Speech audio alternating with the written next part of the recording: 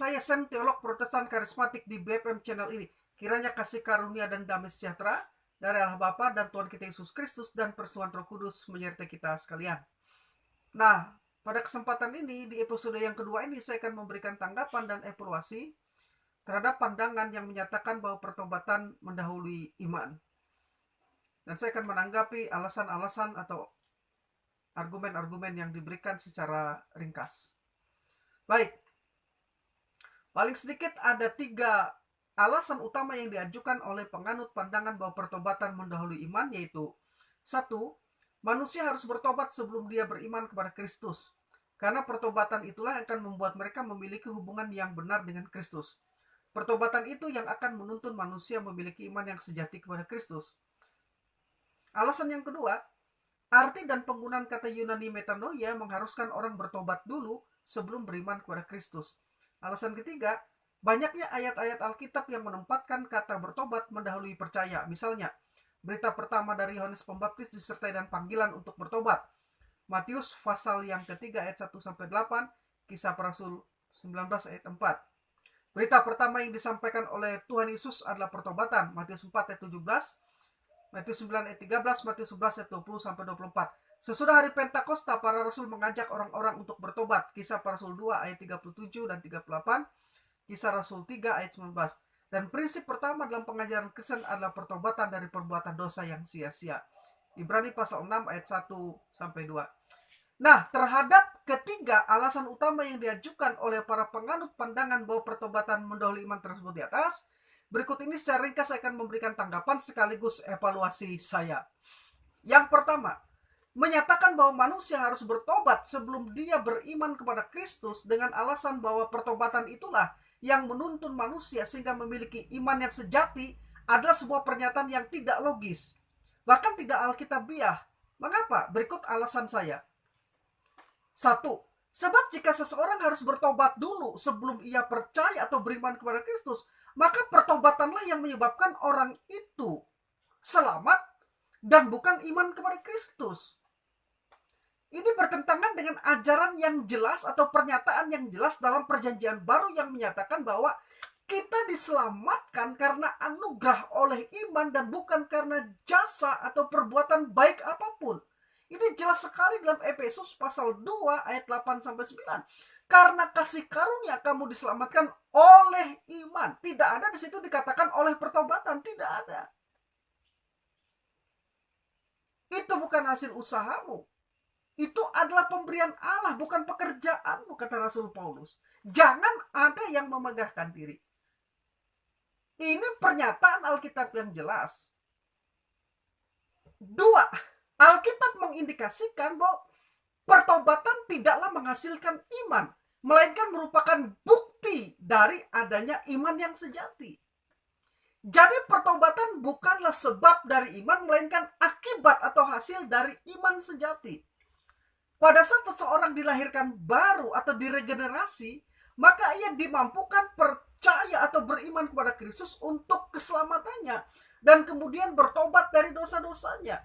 Seseorang dapat memberi respon di dalam iman dan pertobatan hanya setelah Tuhan memberikan kehidupan baru kepadanya. Nah, iman dan pertobatan ini, seperti yang saya sudah jelaskan di dalam video episode 1 tentang konversi ini, merupakan 2 sisi dari yang kita sebut sebagai conversion atau perpalingan.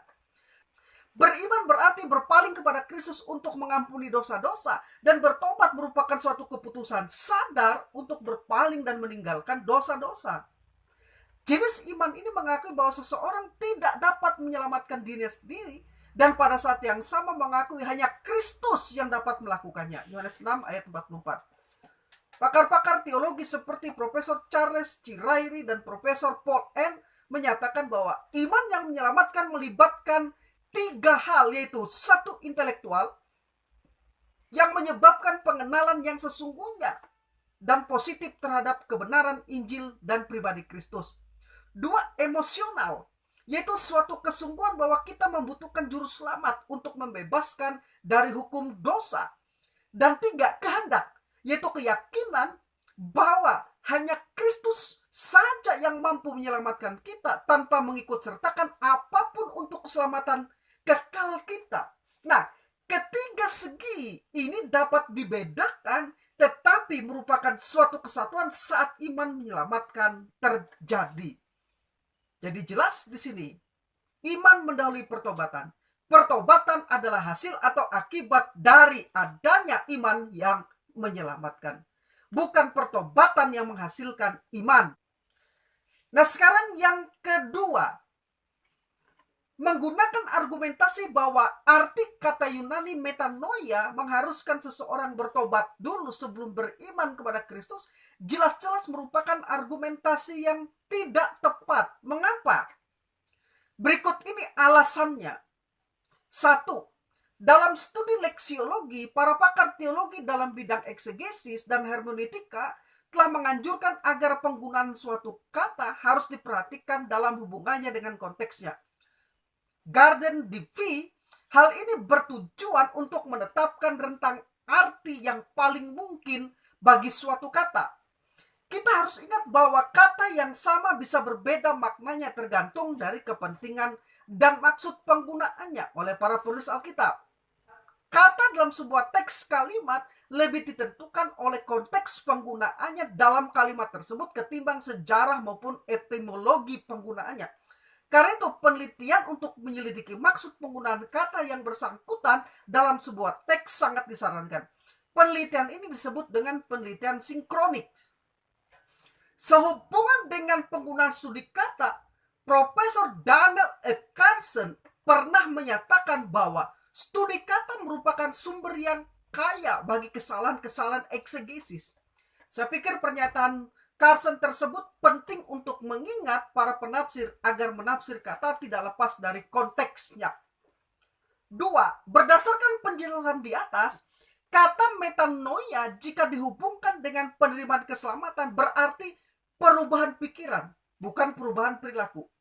Jika pertobatan diartikan sebagai perubahan perilaku dalam hubungannya dengan penerimaan keselamatan, maka seorang yang belum percaya dipaksa untuk mengubah perilakunya sebelum ia datang kepada Kristus. Ini artinya kita memaksa orang yang berdosa untuk hidup benar sebelum menerima Kristus. Ini tidak sesuai dengan ajaran Alkitab. Hal seperti ini mustahil. Memaksa orang yang berdosa sebelum mereka percaya kepada Yesus untuk bertobat adalah hal yang mustahil. Sebab orang yang belum diselamatkan, belum beriman kepada Kristus, tidak bisa membersihkan hidupnya sebelum ia datang kepada Kristus.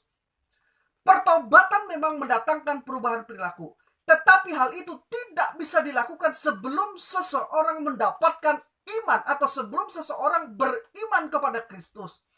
Pada saat kelahiran barunya. Dengan demikian, pertobatan secara logis harus mengikuti iman atau iman mendahului pertobatan, bukan pertobatan yang mendahului iman. 3. Bahwa dari 58 kali kemunculan kata metanoia atau pertobatan dalam perjanjian baru, Rasul Paulus hanya menyebutnya sebanyak 5 kali. Yaitu dalam Roma 2 ayat 4, 2 Korintus 7 ayat 9 dan 10, 2 Korintus 12 ayat 21, dan 2 Timotius 2 ayat 5. Nah, berdasarkan konteksnya, ketika Rasul Paulus menyinggung kata metanoia itu dalam surat-suratnya, tidak satu pun rujukan mengenai kata pertobatan yang digunakan oleh Rasul Paulus tersebut yang dihubungkan dengan iman untuk menerima keselamatan dari orang-orang yang belum mengenal Kristus. Justru semua kata pertobatan dalam surat-surat Paulus tersebut dihubungkan dengan orang yang sudah percaya kepada Kristus. Artinya apa ini? Di sini Paulus menghubungkan kata metanoia atau pertobatan tersebut dengan perubahan perilaku dari orang-orang yang telah diselamatkan, yaitu mereka yang telah percaya kepada Kristus. Jadi iman mereka harus diikuti oleh pertobatan. Sekarang yang ketiga, memang betul bahwa banyak ayat-ayat Alkitab yang menempatkan kata bertobat mendahului percaya. Misalnya, berita pertama dari Yohanes Pembaptis disertai dengan panggilan untuk bertobat. Matius 3 ayat 1 sampai 8, Kisah Rasul 19 ayat 4. Berita pertama yang disampaikan oleh Tuhan Yesus adalah pertobatan. Matius 4 ayat 17, Matius 9 ayat 13, Matius 11 ayat 20 sampai 24. Sesudah hari Pentakosta, para rasul mengajak orang-orang untuk bertobat. Kisah para Rasul 2 ayat 37 dan 38, Kisah Rasul 3 ayat 19. Dan prinsip pertama dalam pengajaran Kristen adalah pertobatan dari perbuatan dosa yang sia-sia. Ibrani 6 ayat 1 dan 2. Dengan menempatkan susunan pertobatan mendahului iman dalam ayat-ayat tersebut, para penulis kitab suci bukanlah hendak menunjukkan ataupun secara otomatis hal itu membuktikan bahwa pertobatan haruslah mendahului iman. Bukan demikian maksud dan penjelasannya. Nah, karena itu pertanyaan pentingnya ialah mengapa dalam ayat-ayat itu kata percaya atau iman ditempatkan setelah pertobatan? Dan apakah pertobatan memang merupakan syarat untuk keselamatan? Jawaban saya jelas bahwa pertobatan dalam perjanjian baru bukanlah syarat keselamatan, melainkan hanya iman saja yang menjadi syarat dari keselamatan itu. Karena kasih karunia kamu diselamatkan oleh iman. Efesus pasal yang ke-2 ayat yang ke-8. Ini adalah ayat yang jelas bunyinya dan pernyataannya di dalam perjanjian baru. Nah, fakta bahwa ada ayat-ayat dalam perjanjian baru yang menempatkan kata-kata pertobatan mendahului iman atau pertobatan tanpa mencantumkan iman tidaklah mengharuskan kita menganggap bahwa pertobatan secara logis mendahului iman. Nah, jika benar-benar ditafsirkan berdasarkan konteks penggunaannya, ada 3 alasan mengapa dalam ayat-ayat tersebut kata pertobatan ditempatkan dalam struktur kalimat mendahului iman. Yaitu 1, berdasarkan konteksnya, berita tentang pertobatan yang disampaikan oleh Yohanes Pembaptis maupun oleh Kristus tersebut ditujukan kepada orang-orang Yahudi yang percaya kepada Allah namun telah tersesat. Berita tersebut ditujukan agar mereka kembali metanoia, bertobat kepada Allah dan mempercayai Yesus Kristus Mesias yang diutus oleh Allah. 2. Berita tentang pertobatan yang disampaikan Yohanes Pembaptis maupun Kristus dalam ayat-ayat tersebut diberikan sebelum kematian Kristus di kayu salib dalam karya pendamaiannya yang menyelamatkan. Jadi saat itu masih dalam masa transisi perjanjian lama ke perjanjian baru. Ini penting karena kematian Kristuslah yang menjadi pusat atau dasar satu-satunya dalam perjanjian baru bahwa keselamatan semata-mata anugerah oleh iman. Efesus pasal 2 ayat 8 sampai 9. Memang dikatakan dalam Alkitab bahwa apa yang dilakukan di dalam perjanjian lama oleh orang-orang Israel dan orang-orang beriman sebelumnya merupakan bayangan dari apa yang dikerjakan oleh Kristus nantinya melalui kematian di kayu salib. Tetapi semua yang mereka lakukan, kerjakan itu juga didasarkan atas iman. 3.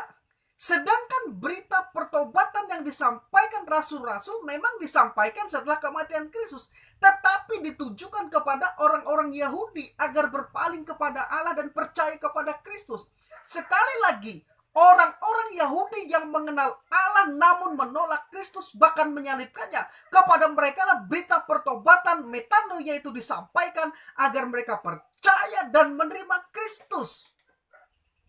Sekarang yang keempat, sebagai tambahan bahwa kepada orang-orang non-Yahudi atau bukan Yahudi, Injil yang diberitakan adalah Injil kasih karunia, merupakan nama yang diberikan kepada Injil yang diberitakan Rasul Paulus. Efesus 3 ayat 1 sampai 11, 2 Timotius 2 ayat yang 8. Injil kasih karunia adalah pesan yang konsisten dalam pemberitaan dan pengajaran Rasul Paulus.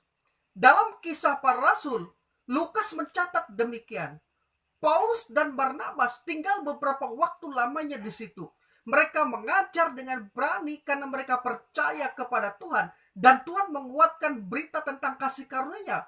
To logo tes karitos auto. dengan mengaruniakan kepada mereka kuasa untuk mengadakan tanda-tanda dan mujizat. Kisah Para Rasul 14 ayat 3. Selanjutnya Lukas juga mencatat pengakuan Rasul Paulus demikian. Tetapi aku tidak menghiraukan nyawaku sedikit pun, asal saja aku dapat mencapai garis akhir dan menyelesaikan pelayanan yang ditugaskan oleh Tuhan Yesus kepadaku untuk memberi kesaksian tentang Injil kasih karunia Allah. Dia marturastai tu euangelion de Christos to Theo. Kisah Para Rasul 20 ayat 24. Jelaslah bahwa Rasul Paulus adalah rasul yang dipilih dan diurapi Tuhan untuk memberitakan Injil kasih karunia. Galatia 1 ayat 15, Efesus 1 ayat 4. Dibandingkan semua rasul yang lainnya, Rasul Paulus adalah rasul yang paling banyak mengungkapkan isi hati Allah bagi umat perjanjian baru melalui surat-surat kirimannya. Lebih dari 2/3 perjanjian baru itu ditulis oleh Rasul Paulus. Surat-surat kepada jemaat di Galatia, Tesalonika, Korintus, dan jemaat di Roma adalah surat-surat Paulus yang ditulis Paulus dalam perjalanan misi yang pertama, misi kedua, dan misi ketiganya. Surat-surat kepada jemaat di Efesus, Kolose, Filipi, serta surat-surat pribadi kepada Filemon adalah surat-surat yang ditulis Rasul Paulus dari balik penjara saat ia dipenjara karena pemberitaan tentang Injil kasih karunia itu. Efesus 3 ayat 1, Efesus 4 ayat 1. Sedangkan surat-surat pengembalaan ditujukan kepada Timotius dan kepada Titus. Jadi kita melihat Allah berkenan memakai Rasul Paulus untuk mengungkapkan maksudnya bagi jemaat perjanjian baru. Nah, berdasarkan pengakuan Rasul Paulus dalam Galatia 2 ayat 1-9, ada dua hal yang ditekankannya tentang Injil kasih karunia yang diberitakannya, yaitu satu, bahwa Injil kasih karunia yang diberitakannya di antara orang-orang bukan Yahudi adalah Injil yang diterimanya langsung berdasarkan pernyataan Yesus Kristus dan bukan didapatkan dari 12 rasul. Dua, bahwa rasul-rasul lain tidak menambahkan kebenaran apapun kepadanya. Tetapi sebaliknya, ia yang menambahkan sesuatu kepada mereka, yaitu keselamatan bagi bangsa-bangsa Yahudi maupun non-Yahudi karena kasih karunia oleh iman dalam Kristus, bukan karena upaya untuk menaati hukum Taurat. Bisa dibaca dalam Kisah Para Rasul 13 ayat 38 dan 39, Galatia 2 ayat 16. Nah, kita tahu bahwa Rasul Paulus lahir dan dibesarkan dalam keluarga Yahudi yang ketat terhadap hukum Taurat dan tradisi Yahudi. Ia adalah seorang lulusan terbaik dari sekolah Farisi di Yerusalem di bawah bimbingan Gamaliel. Filipi 3 ayat 5, Galatia 1 ayat 13-14, Kisah Para Rasul 5 ayat 34. Kita tahu bahwa Gamaliel yang membimbing Paulus dalam hukum Taurat dan tradisi Yahudi adalah salah satu dari pakar hukum Taurat dari 7 sarjana dalam sejarah bangsa Yahudi yang menerima sebutan Rabban atau Tuhan kami. Tetapi Rasul Paulus dengan tegas menolak para pengajar Judaizer, yaitu Yahudi Kristen, yang menghasut dan mempengaruhi orang-orang Kristen yang masih baru di Galatia agar kembali ke legalisme hukum Taurat dengan cara memaksa agar mereka disunat dan mengikat diri dengan hukum Taurat sebagai syarat utama untuk diselamatkan dan menjadi anggota gereja. Baca di Galatia 5. Karena itulah Paulus menyampaikan ajaran dan pendiriannya bahwa satu-satunya syarat untuk selamat adalah iman kepada Yesus Kristus sebagai Tuhan dan Juru Selamat. Galatia 2 ayat 16. Dan bahwa syarat-syarat yang dituntut hukum Taurat tidak ada hubungannya dengan pekerjaan kasih karunia Allah dalam Kristus untuk keselamatan. Galatia 5 ayat 1-6. Perhatikan juga kalimat akhir dalam khotbah Paulus pada waktu ia berada di Antioquia dalam Kisah Para Rasul 13 ayat 14-41 yang menegaskan, jadi ketahuilah hai saudara-saudara, oleh karena dialah maka diberitakan kepada kamu pengampunan dosa, dan di dalam dialah setiap orang yang percaya memperoleh pembebasan dari segala dosa yang tidak dapat kamu peroleh dari hukum Taurat. Kisah Para Rasul 13 ayat 38-39. Demikian tadi tanggapan dan evaluasi saya terhadap alasan-alasan dari pandangan bahwa pertobatan mendahului iman. Demikian yang bisa saya bagikan dalam video episode 2 ini. Saya Sam, teolog Protestan karismatik. Bila Anda diberkati, jangan lupa like, subscribe, dan tekan belnya.